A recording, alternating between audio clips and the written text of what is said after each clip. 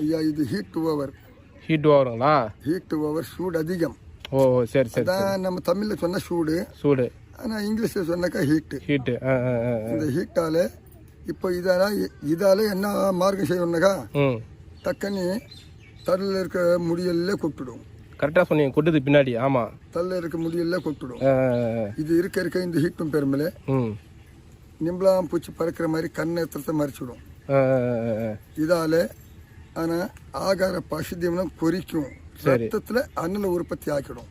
எப்படின்னாக்கா இப்போ தண்ணி கொதிக்குது, அரிசி போட்டா வேவுது இல்ல, அந்த அளவுக்கு ரத்தத்துல அண்ணல உற்பத்தி ஆக்கிடும். ரத்தத்துல